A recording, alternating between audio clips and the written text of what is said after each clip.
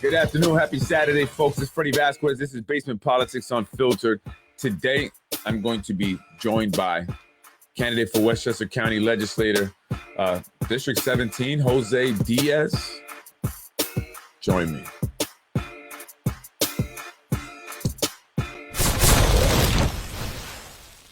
Freddy wins.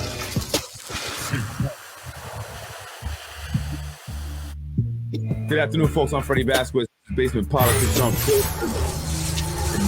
Today, this afternoon, on this Saturday, I'm being joined by candidate for Westchester County Legislator, Jose Diaz, who is running against Jose Alvarado for District 17.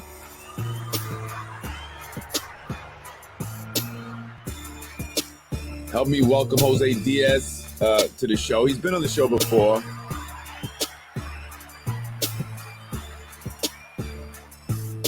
How you doing, Jose? Cool. Can you hear me? Yeah. Can you hear me now? I can hear you. Okay. Well, thank you for inviting me, Freddy. You're welcome. How you doing today, Jose? I'm doing good. Thank you. Well, we're back on the show. I want to talk to you about a few things. Well, one, just introduce yourself. Many people may not know you. Many people know you, but there may be people that may not know you. So just in case people have not seen you on the show before or have not heard you, just introduce yourself. Let me know, or let the people know who Jose Diaz is. Okay, my name is Jose Diaz, and I'm running as a county legislator for the 17th district. I'm a concerned citizen. I'm a father. Listen, I'm a husband, and I really, want to help my community. I decided to run because it's something that I see every day, Freddie. I see the problems that my community is going through. The 17th district is an abandoned community. The public officials that are supposed to attend and care for that community, they have abandoned it. And that's, Well, I want to get into that. I do want to talk about that. I just want people, if they're not familiar with Jose Diaz, to know who Jose Diaz is. Jose Diaz is running for District 17. Currently, Jose Alvarado is the county legislator for that district. That encompasses Nodine Hill section, right? Nodine Hill, Park Hill. Tell me, what areas of Yonkers does District 17 cover? Nodine Hill, Park Hill, New Main Street, parts of Riverdale Avenue, a big part of the South Broadway area. It's a district that is composed of at least, I can calculate 20,000 Latinos, Hispanics live in that area, and 20,000 Hispanics, Latinos. 20,000 Latinos, yes, sir. Right. And so Jose Alvarado is a Latino, right? He's been the current county legislator for District 17 for quite some time now, right? Since I've been involved in politics and speaking about it. Why are you running? Why do you feel the need to run? And I agree that, that area, Nodine Hill, there are many areas that you mentioned in District 17 that have, seem to have been neglected, right? But, we definitely need to address them. Why are you running? Why now? I'm running because first, Freddie, Jose Alvarado has ignored that community. He represents that community, and he practically don't care. I mean, he shows it. You can see how deteriorated that community is right now. I mean, if you walk through the streets of Nodine Hill, and Jose Alvarado doesn't live that far from there, he sees the condition every day. How long he's been, for how long? I mean, more than 14 years, I believe. 14 years as a county legislator. You drive by every day. He works not too far from there, maybe 2 blocks from Elm Street at the Parks and Recreation. So you see the condition, but he doesn't care. It's a person that... I'm sorry, not to cut you off, but now that just made me think about something. The other day, and I did a video. And shout out to this to the, I have to give credit. People always say I'm a negative guy, and I'm looking to be more positive. I genuinely want to be positive. I wish everybody could get along, and I wish we could all, work for the greater good of, everybody in the city, right? But I did my video over there on Elm Street, walking over the overpath. There was, a lot going on there in terms of debris and garbage, things that had not been, attended to for a very long time. It's over nearby. When you walk over that overpass, you cross over Yonkers Avenue and Nepperhan, and you end up on the side of the Parks Department, right? Over there by the Glen, the baseball park. So you're right, Jose Alvarado, that's where he works. That's his office. That's his location. And I mean, you can literally see Elm Street from his office possibly, right? And you see that garbage and all that stuff there. Listen, it's not about criticizing, and I don't want people thinking you're a negative person, right? By mentioning these things, they do that with me. But you're right there. You represent that area. It's in front of your face. I do it just with my own business, right? When I step outside, I see trash in front of my business. I clean it up. I pick it up with my own bare hands, right? Why do you think Jose Alvarado's not picking up the trash there, so to speak, with his own bare hands? Well, he doesn't care. Jose Alvarado, I mean, for how long? You tell me how long he's been in power, let's say, representing the area. And you see the conditions. You don't care about the small businesses. You don't care about the people. You can see the homeless in there. They have makeshift tents. They eat, they defecate. I'm sorry, but they eat, they sleep in there. What about the safety of the people that pay their taxes? What about the taxpayers? What has been done with the money that they contribute to the state of the government? So he ignores the needs of that community. That's where I come in, Freddy. Because let's talk about that. What are some of the needs of the community there? I mean, you've mentioned some things like homelessness, which we're seeing everywhere, really. Like, I mean, I was on Central Avenue. I'm seeing it there, on Northwest side, right? But it's definitely a problem there. And I know what you're talking about: homelessness, maybe drugs, violence. What are some of the problems, or what are the people telling you? Drugs, prostitution, illegal activities in the area. It doesn't have to be like that, Freddy. We have a community that, because of the ignorance, not the ignorance, because somebody ignores the necessities of that community. It's every day. It's a constant deterioration of the area, whether it's the physical looks, whether it's the people laying down on the streets, on the sidewalk. I mean, what about the families that live there? What about the children? I mean, they gotta walk through individuals that are smoking, drinking. It's really a situation that needs to be looked at. My goal is to help them. The small businesses, some of the businesses there, Freddy, they don't even have a sign, and I know they're struggling. I mean, I spoke with them. So you're saying that they can't afford to put a sign up in front of their business because they're not able to afford a sign? Of course, like $2,000-$3,000 thing at least, right? It's a lot of money. $2,000-$3,000, a lot of money for a small business that is practically surviving. Where's the Small Business Administration? Where are the institutions of the city of Yonkers? I mean, what's the name? How can I say it, Fred? Go ahead. I'm sorry. I'm not criticizing the city of Yonkers, but we have people that represent that area at the city council level. Why are you allowing that area to be in such a condition? It's unnecessary, Freddy. There are resources, but you got to have the willingness to go and work for them. Right, and in terms of the council, that area is represented by Corazon Pineda Isaac, right? The councilwoman for District 2. That's District 2. Look, I'm there now, right? I'm in the area. I'm looking to do a lot of good things, right? And I invited you. I said, hey, Jose, come by the center. There's a lot of great people in the area. There's a lot of hardworking people in the area, right? The problem is that when you have poor representation, you have people that truly don't care about what they're doing, and they're simply there maybe to make money and advance themselves. You're going to have a situation that occurs like that, right? And this is why I've been saying Jose Diaz. He's the guy that wants to get down there. He wants to get out there and actually help the people. He's in the street. He's meeting and communicating and connecting with the people. So it's not necessarily, we badmouth Jose or Corazon, but if you're not willing to do a certain job, if you can't get out there, if you don't have the energy, if you don't have the time, then it's time to move on, right? And it's time that we vote someone new. And Jose Diaz, you are definitely eager to get out there and really create some change. And How do you feel about working with the city? Let's say you are elected to District 17. How will you be able to work with the city of Yonkers, the council member, and others to get that area, attended to, get the needs addressed there? How will you do that? I'll be happy to work with the city council. I'll be happy to work with any city officials. I mean, I wouldn't be able to do it by myself. You Bro, need. they say they can't, right? That's what they always say. Oh, I can't do it by myself. Yeah, but the problem is that my belief is Jose Alvarado got to get a great relationship with the city of Yonkers and with the council, the councilwoman and a lot of the council people. So I mean, why is not being done? Why is not being done? Because they don't care.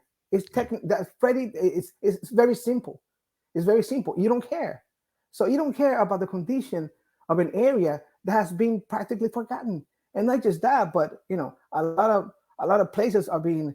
I mean, the physical structure of the city is changing continuously with the developments. So people that can afford a $3,000 apartment, they got to move into areas where they find more affordable housing. I mean, it's not even affordable housing, but at least they can pay an apartment in an area where they can afford. Because it's impossible. It's almost impossible to live. I can't live there. I can't live in downtown area. So you're saying that the developments that are going up as a result of these developments, we're starting to see people, it's having an impact on the district that you represent. Is that what you're saying, District 17?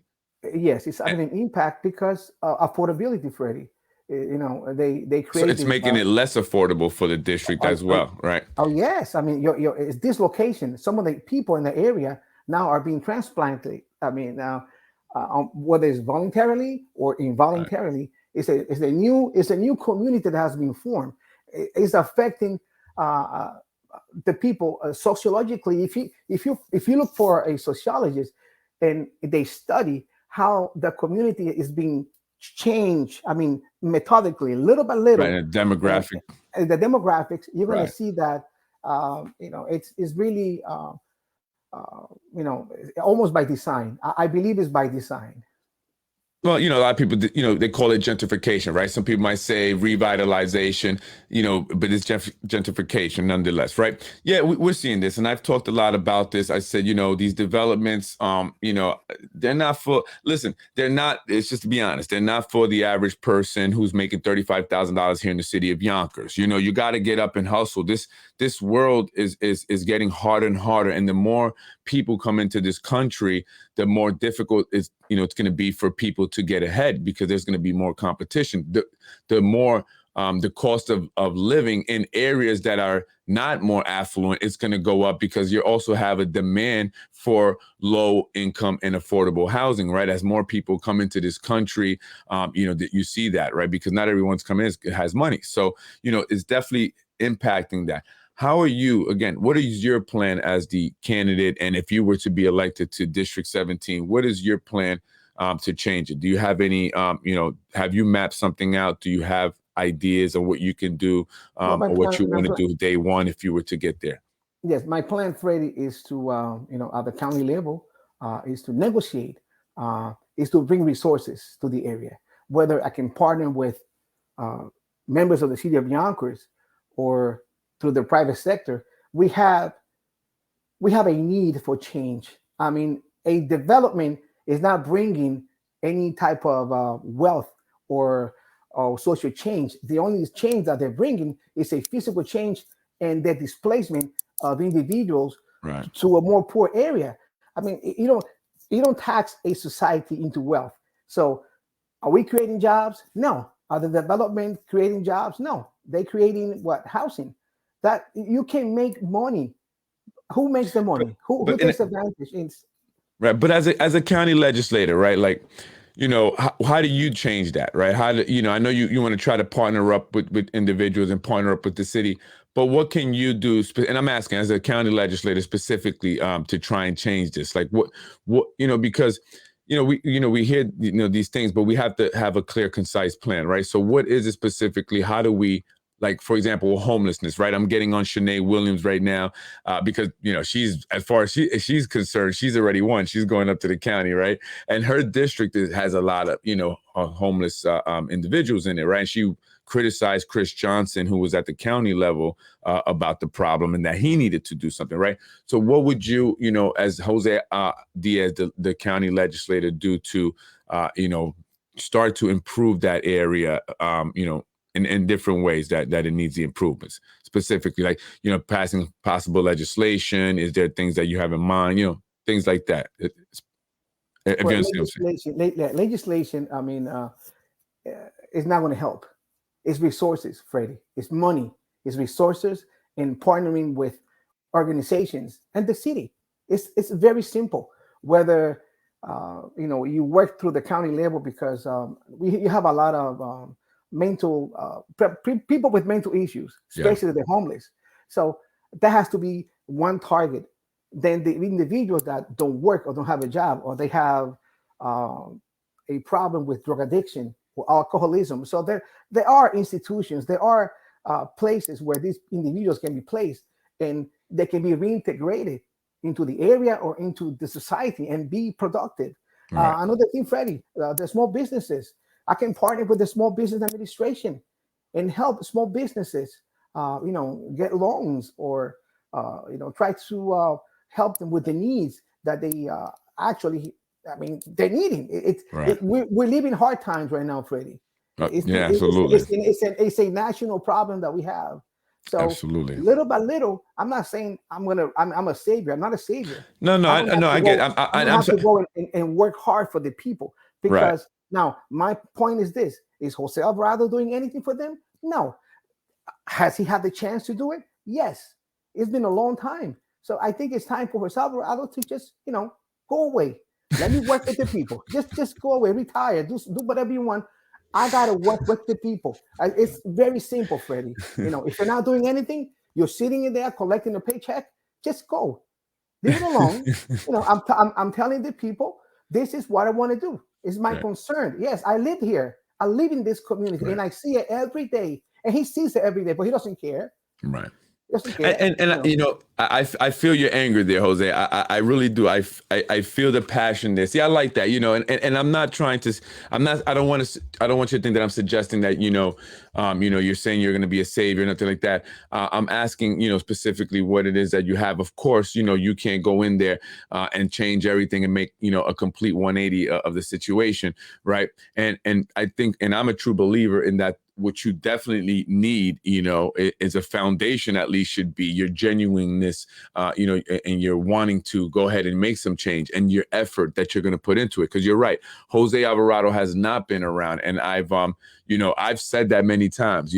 Where is he at? He's nowhere to be found. It doesn't seem like anyone that represents that area is anywhere to be found, right? Unless something big happens and it's in the news, and now they're doing some kind of political press conference. So I always, appreciate your passion and your desire to really want to make change. And I think that, like you said, at this point, right, it's time for someone new, right? I mean, what has been done is so much time. It's arrogance. It's arrogance. It's arrogant from his part. I mean, it's not that 17th district. I mean, it's not an inheritance. I mean, that doesn't belong to you. It belongs to the people. And it's up to the people of the 17th district to make the changes. Right. Enough is enough, Freddie. Changes one district at a time. We can go and speak with the people, listen to the needs. I go, almost daily. I'm a little excited right now, but it just gets me angry that we have to look at this individuals representing an area and they ignore you. It is time for change. It's frustrating. If you don't work for the people, get out. Right. Leave.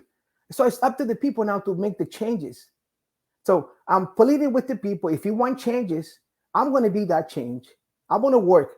I'm not telling you it's going to be easy. I'm not promising, that I'm going to bring gold, but I'm going to promise you this. I'm going to fight. I want to fight hard for the district, and I want to see the changes. I want to see the changes in that district. The people need it. Right. Freddie, we have right now an economic problem. It's a national economic problem that we have. Overpopulation. Now you have migrants where are the resources going? We need the Right. resources to go back to the neighborhood where they came from, because I guarantee you, a lot of the people from that district pay their taxes. Whether it's the small businesses, they pay their taxes, and they want those resources coming back to them. Right.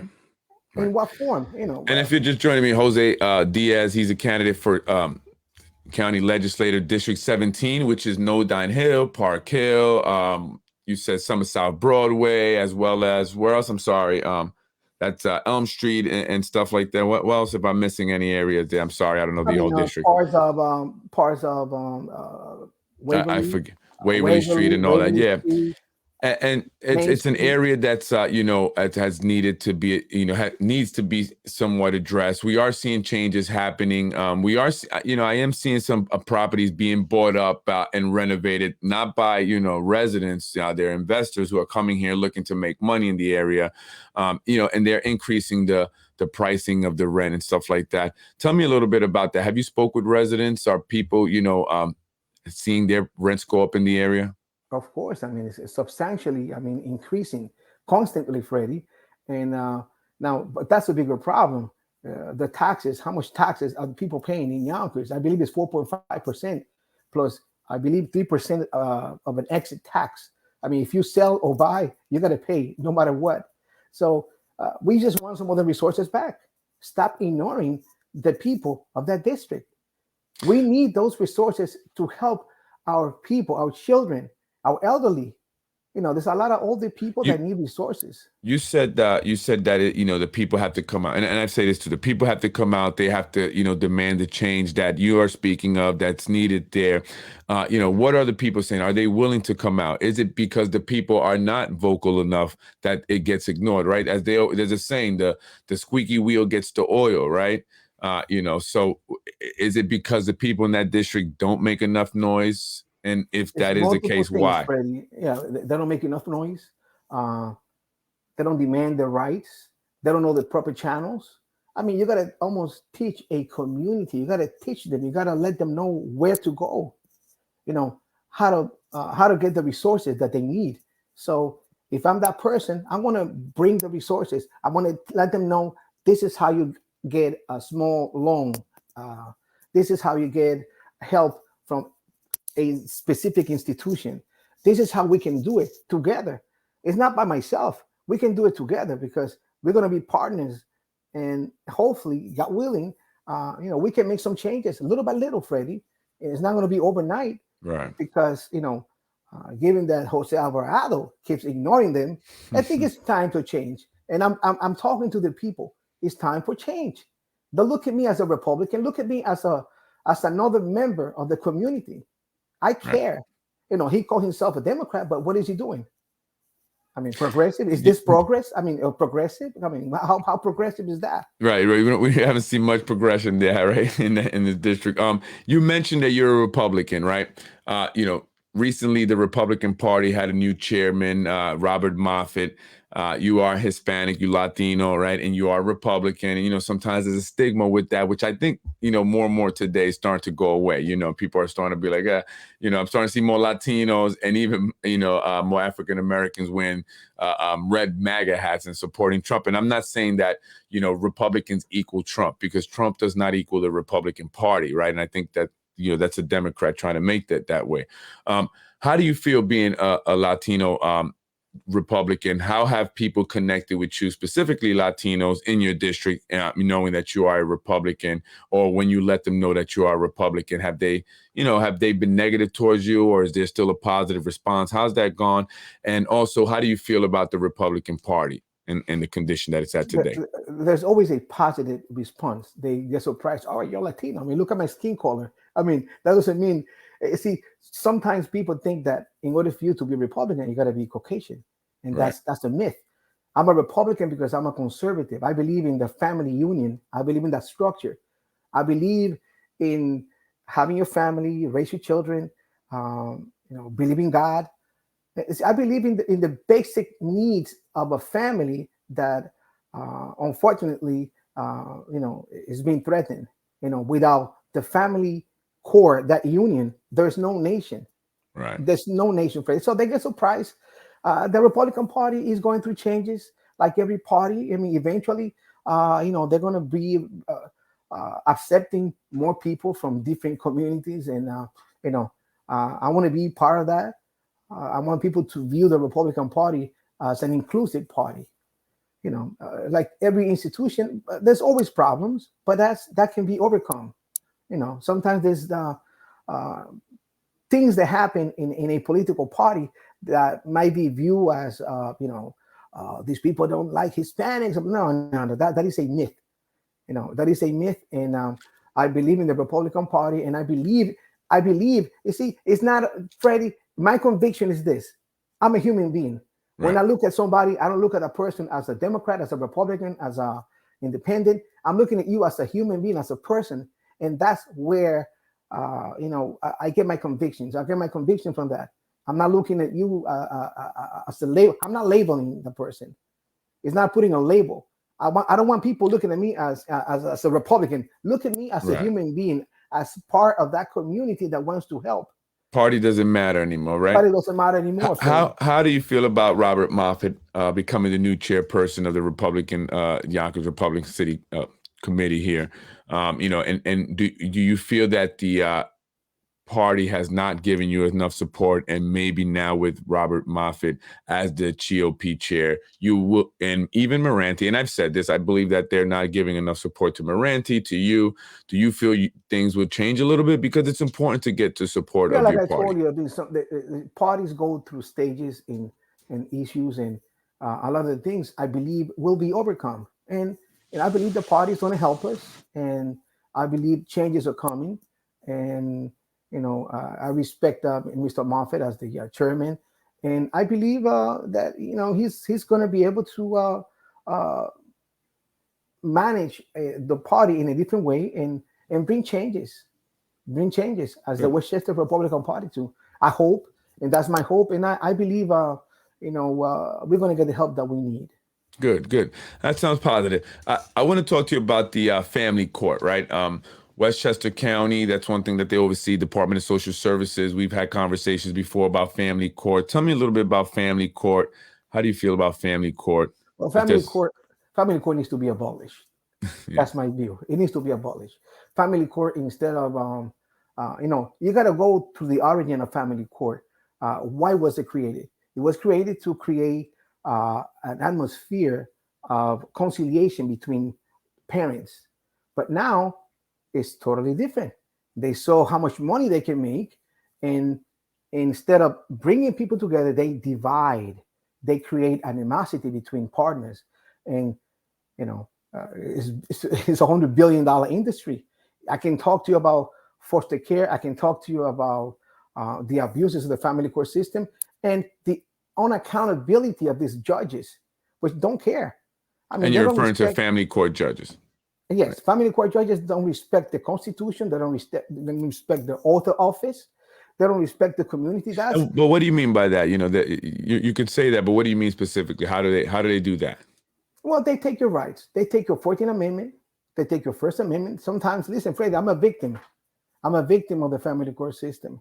And as a victim, I can attest to, I have tangible evidence that my rights were taken away by a judge in Yonkers, my family, my daughter, my granddaughter, my wife.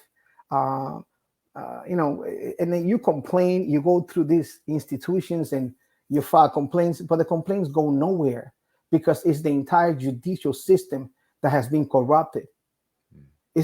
Then they have become politicians too. Some of these judges have become politicians.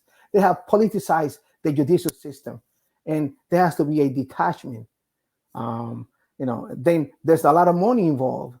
Freddy, some of these cases, some of the cases in family court, they last 5, 6, 10 years. It's insane. By the time the court proceedings are over, your child is 18, 17 years old. It's insane. And everybody's making money. It's a money making, this is my view. It is a money making scam. They make billions of dollars. They get money from the federal government for foster care, and it's a lot of money being involved in that, Freddy. And they know it. They know it, and they want it like this. Some of these law guardians, they make millions. There have been plenty of articles in the news about how much money these people make, and the lawyers. Well, how do they make. make this money though? How do they make the money? Like, what do you mean by they Well, make? they use the what's the name, money that is supplied by the federal government through the Social Security Act. It's called payments of state. So New York State gets, I don't know how much money. I haven't researched that, so it changes every year. But they make billions, and that money is distributed. So foster care can take a child, and I don't know. I mean, you have to adopt a child that has mental issues, depending on the condition of the child, whether the child is, let's say, and doesn't have any type So of you're mental saying, issues. They get $80,000 a year or $40,000 a year. right? All Now, right. So I'm sorry not to cut you off, but just to kind of, so you're saying that basically it's these foster care agencies, they get money from the state in order to house. Well, they don't house them, but they kind of manage and deal in children, right? They're basically dealing in children because they're getting money for the state. Then they find a foster care home where they put the child, and then they pay that person to keep that child, but they only pay that person a small percentage of the money they actually get from the state. of course, everybody makes money. Even the federal government keeps a portion of that money, Freddie. So- But listen to this, Freddie. How much money a lawyer makes? $450 an hour? Who can afford that? So you get a court-appointed lawyer that is friends with the judge, and you're gonna lose. It's a lose-lose situation, Freddie. And there's a lot of friendship and conflicts of interest behind the scene. Unfortunately, I once read a book many years ago as a kid or a young boy or young man called Animal Farm. And one of the things that I remember from it, it's a great book. I love it. Absolute power corrupts absolutely, right? And so, when people get into a certain position of power, almost by nature, naturally, they're going to be corrupted in some way, right? They're going to do some things that are maybe not illegal, but may not be ethical, right? And so when you look at the foster care system, and I was talking to someone just earlier today about housing, someone, a resident, here in the city of Yonkers, who have been through many different housing developments that they put up, because they send them to one, then the rent gets jacked up within a year that they can't afford. Now they're looking for another one, and they're constantly getting these mails, right? So it's like these people know how to get this money, right? They figure out, oh, wait, we can make money doing this, right? It's not just a way to help people that are in need, right? Or provide resources for people or support for people that are in need, but we can actually make some money here. And that's what ends up happening, right? They end up finding a way to and collude to make money and then get federal funding and stuff. And that's just unfortunate, right? And I think that's ultimately what happens a lot with politicians, right? And why I like you, Jose, because you're a genuine guy.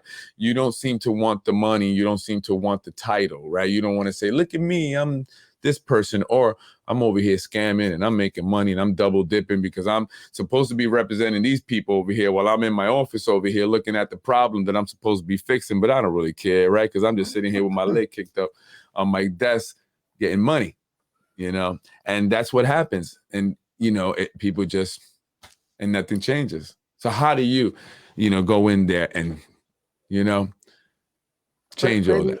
The only thing I can say, I'm going to try. If I win, I'm going to be new in that area. I'm going to be new at the county level. So I want to see and study what resources I can bring to my community. And not only to my community, but the entire city of Yonkers, the county. Because, you're a county legislator. So if I can help families in need, that's what it's about, Freddie. It's about why do we elect public officials? It's not to pass legislation that are going to affect in a negative way the people. Government doesn't have the right to pass legislation that is going to affect the individuals in a negative way. So what I want to bring is resources, and I want to help the people. That's my main goal, to help. Whether it's with food, a lot of people go hungry, Freddie. Some people don't even have clothes to wear. Yeah. And it's unfortunate. It's hard. It's hard. And food insecurity is one of the things that our elected officials talk about a lot. They seem to focus on it a lot. They do a lot of these food distributions. They do one there, right there, in your district, District 17, over there, No Down Hill. But they do them throughout the city of Yonkers. it's a tough situation. We got to help the people. But one thing I learned too is that the people have to help themselves as well, right? And I don't mean that in negative, to be negative. What I'm saying is that ultimately people have to come out and vote for you, Jose. You're the person that they should be voting for. You're the person that should be the next representative of District 17, and not again because of anti-Jose Alvarado. But we do need change, right? People have to serve a certain time and then move on. And if we see that they've been there for a while, nothing has changed, then that alone says we need change, right? We don't have to say anything else. It's still the same. Nothing's changed. So maybe we got to change the representative, right? And that can change then the problem, hopefully over time, obviously not over in the course of a day. But people have to come out and they have to cast that vote for Jose Diaz. And if they don't do that, you cannot go there and do what it is you like to do, right? Well, that's one of the things that the Declaration of Independence says. When government don't work, the people have the right to change the government.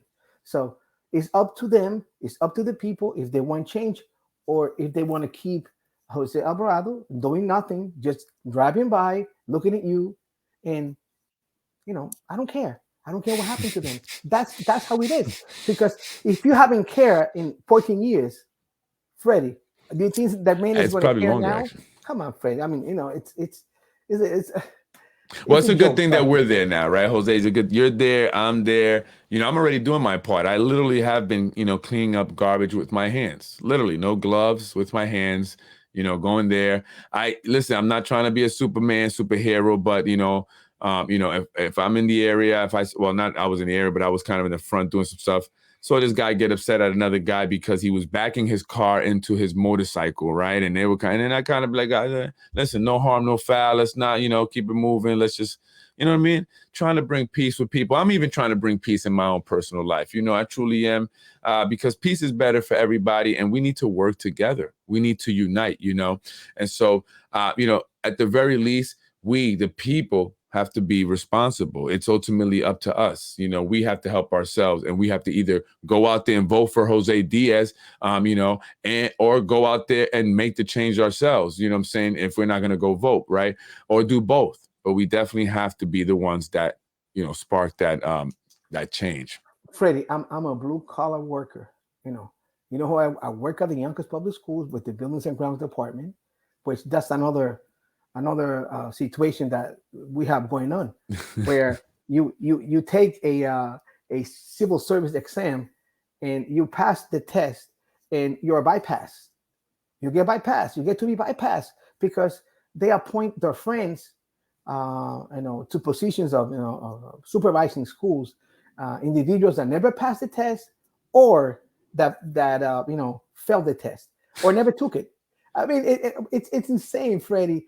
So wait, you're talking about your where you work at now, right? Oh yes, where I work. Yes, it has been going on for years. And you are a CSCA 9169 member, correct? Yes, I am. That's a union I speak about because these are a lot of the hardworking blue collar people, as you say, right? And they deserve the best representation. Maybe they haven't always gotten that, but you're saying something about civil service says people failing them and still being promoted to supervisory positions. Of course, not only being promoted, but individuals that have been working in the system for 5 years. I worked for the system for 23 years and have been denied their position and supervising position because. Like I said before, there's a supervisor that has taken a personal stand against me because I stood up to him. You see, you can't fight these individuals. They retaliate. So as long as that person is there, I won't have a chance because he made sure that I am put in a corner practically. I don't even get paid. We have something called the auto title. We have a night supervisor, and when the night supervisor is not there. Somebody has to get paid because it's the policy of the Yonkers Public Schools that the building has to be, provided with the safety that is needed. So I got to make sure that the building is safe before we close the building. So they don't pay you. I mean, they don't pay me. They don't pay the other person that works with me at night. But throughout the entire system, other individuals are paid. You see, so it's discrimination, Freddy. I have been discriminated. Wait, so hold on. Help me understand that. I'm sorry. It's Maybe I'm moving a little slow today. So you work overnight and you're inside the buildings? 'Cause of I don't course know this. Oh, I okay. work 3 to 11:30. Oh, really? But yes, 3 to 11:30 for 23 I years. didn't even know that. Yes, I Freddy, thought 3 that years. once they lock up, no one's there to the next day. No, we have the night crew, which is 3 to 11:30, and when the night supervisor is not in the building, somebody else got to pay. You need the out of title pay. You got to I be paid got as you. a So, supervisor. so really quick, just to explain me so if the supervisor's not present, then it's like a second in command that steps up, right? And for that, Yes, they're supposed to be paid a little bit more because now they're taking on the role of the supervisor, so to speak, right? That's the role of the supervisor, which is specifically, you got to make sure that the building before you leave is the alarm has to be set on. You got to make sure the doors are closed, the windows are closed. wait. You mean But three in the afternoon to 11 at night? 3 to 11:30 at night. Yes. Oh, okay. I'm thinking you mean 3 in the morning to. No. No, I'm 3, sorry. 3 in the afternoon, 3 to 11:30, Oh, 3 p.m. to okay. 11:30 at So night. yeah, right. So when the kids go, you guys go in there, you do what you guys got to do and stuff like that, right? Yes, I but got you. throughout the years, I had a lot of problems. I had a lot of problems with the buildings and grounds department because this is how they operate. It's practically a small gang of individuals that call themselves assistant supervisors. It's a gang because that's how they operate. There has been a lot of discrimination. What do you mean they operate as a gang? I mean, Well, they can come to school and say, listen, they can have any type of discrepancy with any unspecific employee. If they want to retaliate, they can move you out of the school. They put you in a different setting, and they make sure that that supervisor that you're going to go to now harasses you and make it difficult for you. That's what happened to me. that's what happened That to make my it wife. difficult for you. Yes, it happens, Freddie. That's what they do, and they abuse that I just wanted you power. to say it. Yes, they abuse that power that has been given to them, and it's Absolutely. illegal. It is illegal. Absolutely. And the Yonkers public schools have some policies, and I hope the new superintendent, can look into that. They can look at the buildings and grounds department and the abuses that they commit every day. Every day, supervisors abuse their power on a daily basis, and it's It's not admissible. unfortunate, you know, it's I'm in a tough situation right these days, right? And they do this, right? Listen, I'm looking to make peace with everybody. Like I really wish we all could just get along and be one happy, big happy Yonkers, and this is not the case. But you know, you're saying here that people are it's a gang almost, and what you're saying is that, and this is true, and Jose, I believe you because again, it happened to my wife, right? And so if you are targeted, right, they send you over, they transfer you over because my wife was at YMA, she loved YMA, and the people loved her there because they always like, oh, we miss your wife, and shout out to the people that support us because you guys really give us, the a lot, and Jose, you and your family have been great also.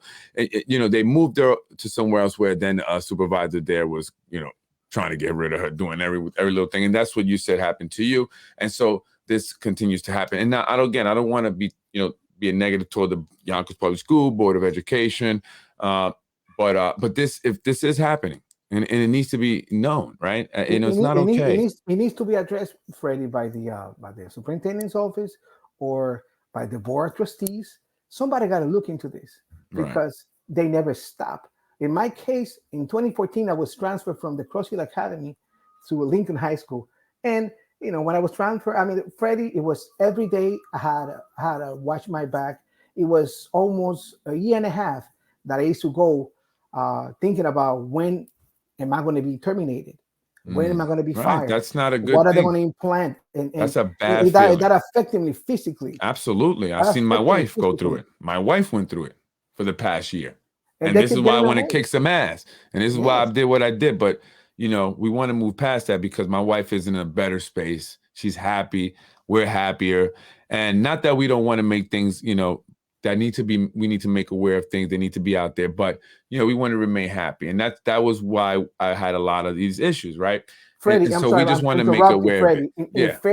fairness, I did call Alberto Velasquez, I and was going to mention him, but I'm glad yes, you did. and Go ahead. he's trying to help me in Is that he area. Oh now? yes, he's trying to help me. I believe he really is Too trying dumb. to do something positive, and I applaud that. And Well, I was gonna we say, Jose Alberto went through the same thing. He went yes, through right, Alberto. yes, You he's went a through the victim same thing. himself. Remember He's the a videos you victim did? himself, Yeah, and he needs they moved him to school 29 or something, right over there on Van Cortlandt. 23, 23, right? Yeah. He brought his homeboy, pedo tube over there, and they did that video, right? And he's talking about how they transferred him, they put him in this small office with that had mold and leaks, and here he is, the president of CSCA But it's true. 9169. So It you can do happened, it too. Fred. It happened. It happened. They did it. They retaliate. That's Yeah. the culture that has been, working for years. They retaliate. They make sure that you're put in a corner, practically in a position where you can even speak. So a lot of people they're afraid of speaking up because they retaliate. Right. And Absolutely. and I Well, I'm hope glad that, Alberto's helping. That's really good to hear. yes, I hope that in the next contract, some of these things can be added to the contract. I mean, the protection of the employees. They can come at any time and That's a transfer good. you. They Yeah. can transfer you anytime they want without, without giving anybody an Whistleblower explanation. protection. Oh Right. yes, but we need that to be put in the new contract. We need a better contract because the contract that we have is like it was written by a sixth grader practically. It doesn't offer the protection that we need, and it Such needs to as, change. you mean if Let's people say, come out with information? well, information. If you question any decision from the supervisors, they retaliate. They retaliate. So, but they only help their friends. I mean, over time, there are so many discrepancies that we can have an entire program, Freddy, Right. just to talk about that. But it's we need changes, and I hope the Yonkers school system look into this and see that the building needs to be secure at 11:30 at night. And if the night supervisor is not there, the person that stays in charge, should be able to collect a small portion of the supervisor's pay. Oh, so that's not already established though. It is established, but they don't do it to me because Oh, so you're supposed to get it, I'm supposed to get it, but and so you haven't got it. I haven't gotten 2 years. I believe Oh, 2 so years. then they're holding money that's owed to you. Oh That's yes, not they're holding money that is mine, and my co-worker too. Pay Jose Alvarado. I'm sorry, no, I was going to call you Jose Diaz. Pay Jose Diaz right now and his co-worker right now. But I hope, Freddie, I hope that it changes. But I mean, what is the reason that you take a civil service exam too, and you get bypassed? Right. Freddie, you get bypassed constantly. I've talked about that, and that happens in other departments. Let's be fair to the Yonkers Public School. That happens in other departments. Look, my hope is this, and I've said this from day one. Like, I'm not looking to have problems or get people in trouble or do this. What I'm looking for is positive change, right? Just something as simple as making sure Jose Diaz gets his money for working and taking over the supervisor's role when he wasn't there, which he's owed. I mean, that's automatic. Just give them the money, right? It's and not retaliate on people or treat people fairly or treat people equally, and you want to hook your buddy up or whatever, listen, whatever, right? But when it starts to impact people, when it affects people, when it affects their pocket, that's when it gets bad. When people start to then collude and be little, let's get them fired, right? Let's send them here. That becomes a problem, and that's not okay, right? That's not okay. Freddie, I can mention names, but I'm not going to do it. No, let's not do that. But the problem is I'm this. working to create change the without saying superintendent names. and the superintendent and the board of trustees can look into this matter and fix it, because when you're a target of discrimination, because that's what's going on. Yeah. I work with him. My partner, he's Black American, and I'm Hispanic. Let me ask you, and I don't want to spark up. I really don't want to fan any flames, but I have heard of discrimination, against blacks, specifically blacks in the the public school systems, staff members, administrators, and possibly Latina as well. Although I would hear from people that Latinos got taken care of better because of Dr. Quesada. Dr. Quesada is gone. Well, he's gone now. We had Dr. Rodriguez, right? We have another is Casada. Oh, he used to be the anyway. But what do you say about that? How do you feel about that? Is there Well, something to that? discrimination is present. There's no doubt about it. People bring their personal upbringing into the work area, and I mean, people shouldn't be discriminated because of your culture, because of the color of your skin, because of the way you talk. But is there And a specific group that's discriminated? Because I mean, when you look in the school districts, we do see some people of color, right? We do see some Hispanics, we do see some Latinos, we do see a lot of members of the Arabic community, a lot of members of the Arabic community. I mean, many principals are Arabic, and some of them even share the same names. I mean, last names. So I mean, they're not necessarily white. There are people of color, right? They do well. So how is it that some people of color do well and others don't? it has to do with the position, Freddie. Uh, it's in what position you are and what moves you can make. Um, but that's an issue that I really don't like to touch about, color and all that. But there is I love, discrimination, right? but there is. Yeah, I love everybody the same. I really don't care about. I see the human being. I see the right, person across from me, regardless of the color.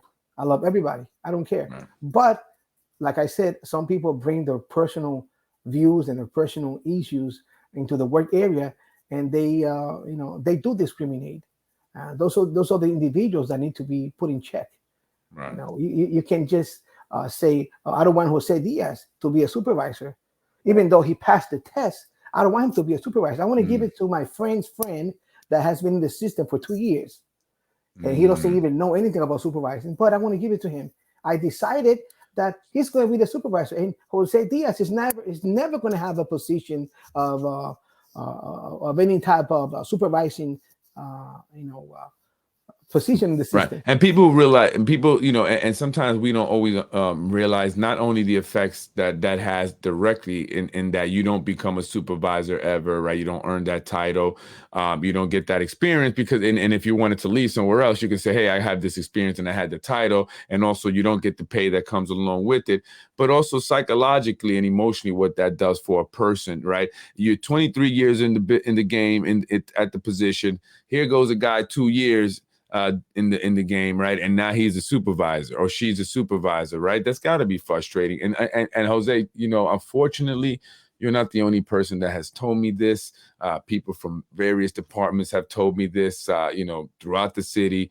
And it's unfortunate that happens, and that's what I mean. Things like that, we got to chill with that because people are watching. People are going to see it, and you're going to have a good guy like Jose Diaz, get the short end of the stick, and then now you have a personal issue with someone because you not being moved up, right? And then that kind of brings personal issues because you have you're disgruntled. You're disgruntled because you've been working for so long, and then that brings other problems. So I want to ask you, how many supervisors would you say there are that have been there a lot less time than you? Well, I don't have a specific number. All I know that Is a it a lot of lot? Is it a there's a, little? there's a lot, and you don't get to know who is placed in a specific school. I mean, I would have to call people and ask them, "Oh, Jose, this person is supervising such and such school at night, and he doesn't even have the time or the supervising abilities." They don't. Let me tell you this, Fred. They don't even send these individuals to take a supervising class, and learn how to deal with other people because for some reason you give somebody power and right away you think you can abuse that position, and that's what they do. It's Well, an abusive position. that's usually what somebody who's not really meant for that position does. So, someone who's not a real boss, but they somehow manage to get a title of a boss. That's how they boss, right? That's how Yes. they lead by just, being, you know, authoritative and just, hey, do this. And they don't really know what they're doing themselves half the time. It's unfortunate, and hopefully that's something that, Alberto Velasquez, who's the CSEA president, should be looking into.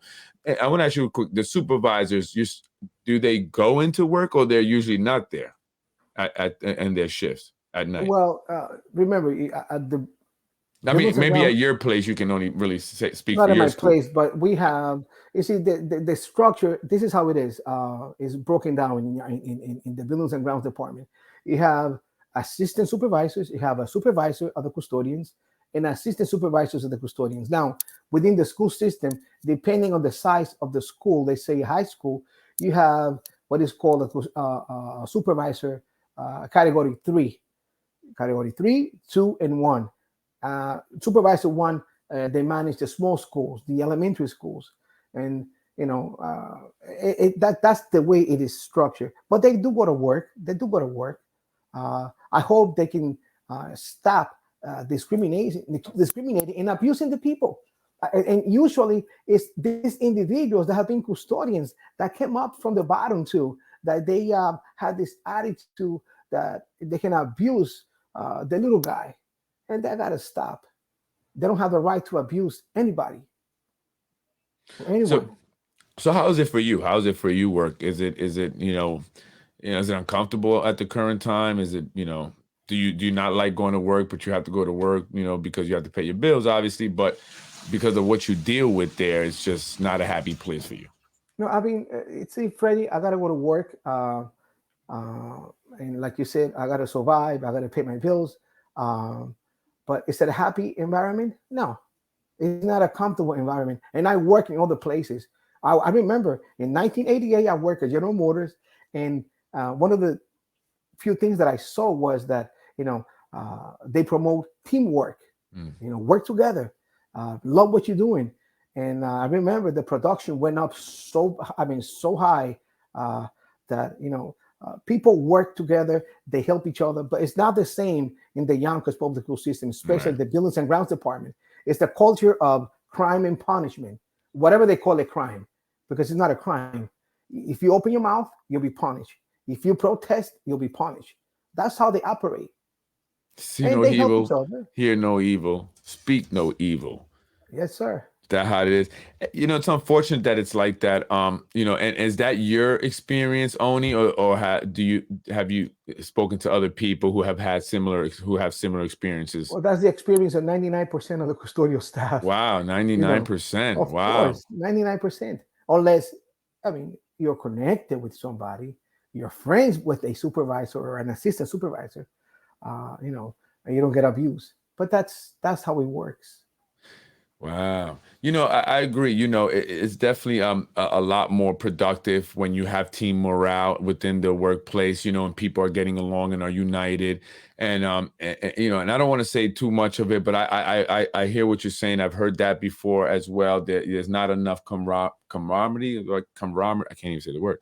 You know what I mean? Your camaraderie and between people. I used to have trouble saying, though, maybe I have a speech issue, saying specific. For a very long time, I couldn't say the word specific.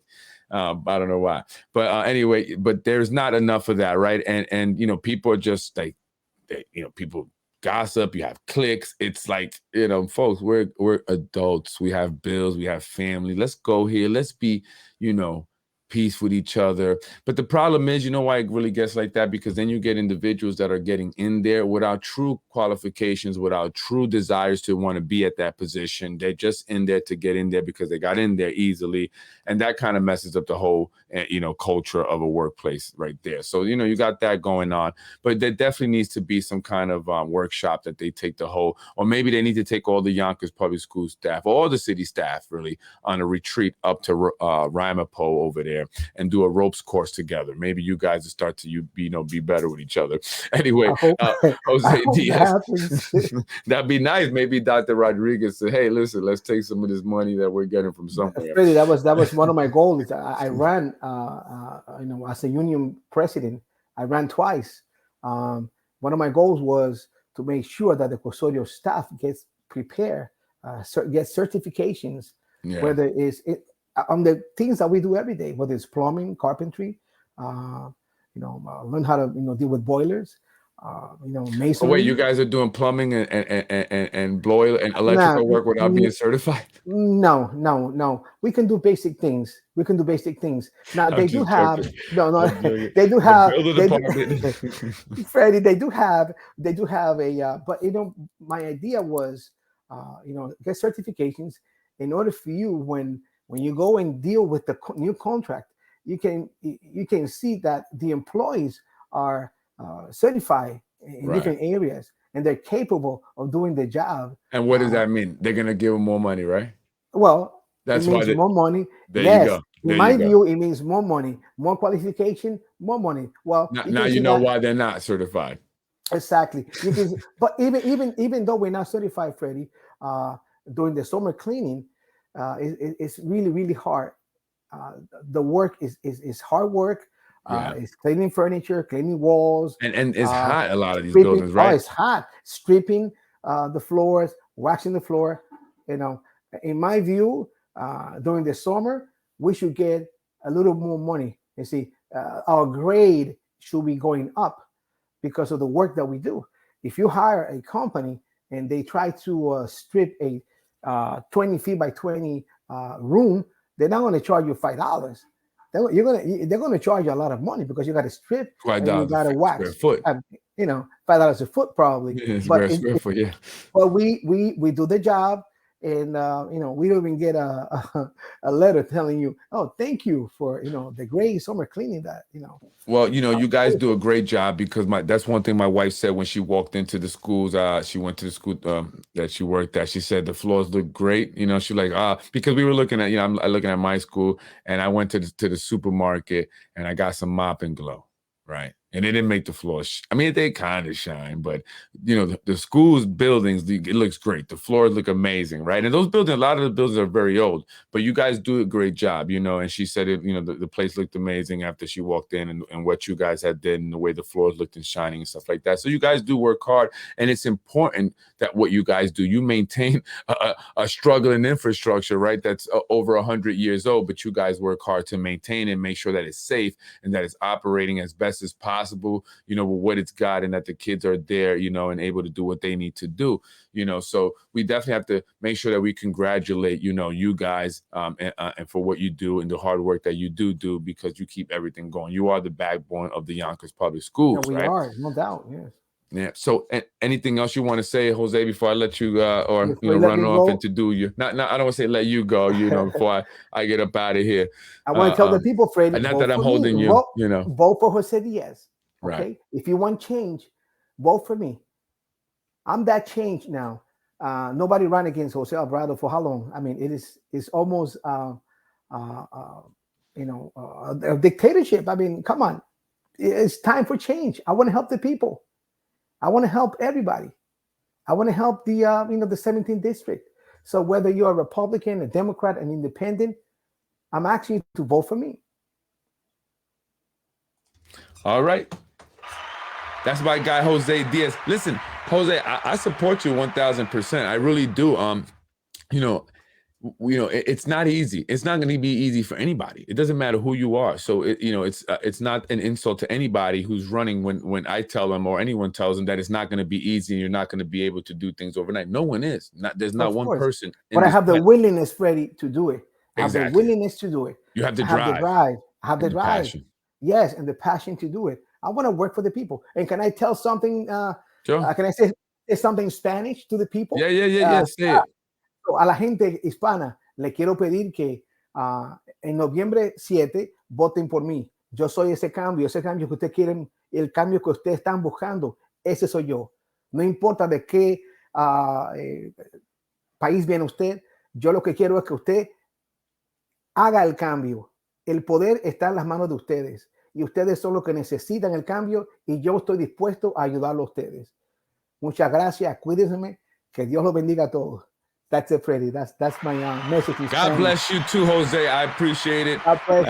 Dios te bendiga. I used to hear my grandmother and aunt say that every night, before we all went to bed. I never said it. I just kind of listened to everybody say it to each other, right? And they say it to me, and I don't know why. I felt weird as a kid speaking in Spanish, although it's a good thing. It's a good thing. I wish my kids would know. But Jose Diaz, again, I appreciate you coming on the show. Thank you for taking the time. Thank you for going out into the community, because you are in the community. You are there. You are seen. You are truly a real member of the community. And I think that it would be a benefit to the people of District 17 if they had Jose Diaz as their representative. I think you would do an amazing job. I think we would see something that we haven't seen in a long time there. Right, Jose? And I'm inclusive, Freddie. I will listen. I want to be a partner of the people of the 17th district. I don't look at them like I'm not an arrogant person. like the other individual that thinks that he owns that position. No, that position belongs to the people. It's their position, and we're going to prove in November 7th that they are going to make the change because I'm willing to work for them. And Freddie, I'm going to tell you something. If you need your floor stripped, let me know. Yeah, And I no, can I'm going to help be you. doing that. I wanted to look as shiny. You know, the mop and glow wasn't that great, but I tried. Little Jose, prodigies. We're gonna help. We're gonna help you too. Okay, I thank you. I volunteer for that, appreciate it. Freddie. Thank Jose, you, thank you so and I much. want to thank you too because Basement Politics, like I always tell you, is the #1 podcast Thank you. I in know you Westchester do. County. In Westchester I County. appreciate that. I definitely appreciate the support. I appreciate the support from a lot of people. Like I was telling someone today, I do want to. I wanted to apologize. I want to come on and be, apologetic, and I'll talk a little bit about that, later. But we want to move in a positive direction with Basement Politics, and we appreciate everybody that supports. You've been a big supporter, Jose Diaz, and I'm always gonna be a big supporter of you, man. Thank you so much, and your family. Tell your wife Thank I you, said Freddie. hello. Wish her the best for me. Take Thank you, care. Freddie. And I Jose will appreciate. Diaz. I will appreciate Basement Politics TV. Thank you, Jose Thank you, Diaz, folks. Freddie. I'm Freddy Vazquez. This Basement Politics Unfiltered. Take care, Jose. Have a good one. That's Jose Diaz. He's a great supporter, great guy. I met him, just in doing this political stuff. But yeah, I wanted to say, look, this next coming year, we're going into the fall. Well, we're already in fall pretty much. Basement Politics, we're going to continue to bring what we've always bring awareness to the situation. I'm getting more people, more diverse group of people, which is great, so we're definitely going to try to clean things up, sharpen up a little bit. I got some other individuals that are looking to help me, especially on the production side of things, video and video editing. So I look forward to bringing more visuals and more different, content and stuff on Basement Politics, having to do with City of Yonkers, Westchester, state of New York, and even our country. But definitely look out for that. I can't wait to do that. But I want to say that, we need to move in a positive direction. All of us, man, enough is enough. I've heard so many of these stories, people at the, at work, employees of the city. We are truly like one big family, right? And it's like, sometimes cousins don't get along, brother and sister may fight. It's almost like that. It really is. But there is some deeper, darker things that definitely need to be weeded out, and we need to get rid of that here. But I like to think we're moving in the right direction. I'm trying to be positive. I am. Love you guys.